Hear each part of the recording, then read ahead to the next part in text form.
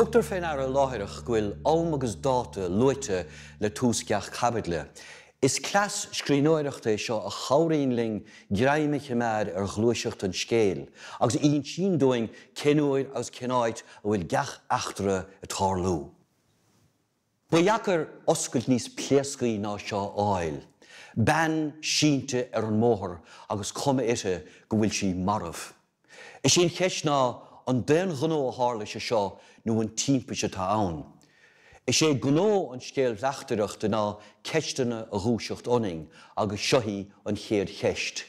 Tessa is anam don bheanna tá sínte agus sí Nancy an chéad duine a hagan ite. Is an seo a thosanítar ar chuid dus na charachtar eile a thuirta seach sa scéal. Ífe bhfuil teach lóistínacha agus gur duine dus na príomh charachtar sa scéalaí. Tá iníanacha siúd Sala tá 8 díos agus caracha siúd Nancy an bhean a tháinig ar an duine bhí sínte ar an móthar sa timpeist nó in san leaga. Tugtar le fiosdóing gur bannaí Tessa a bhuaig airgid mór sa lató cúpla bliain roimhe sin. Tá sí pósta le donacha agus is léir nach bhfuil a réiteach go rómhá idir an bheirt.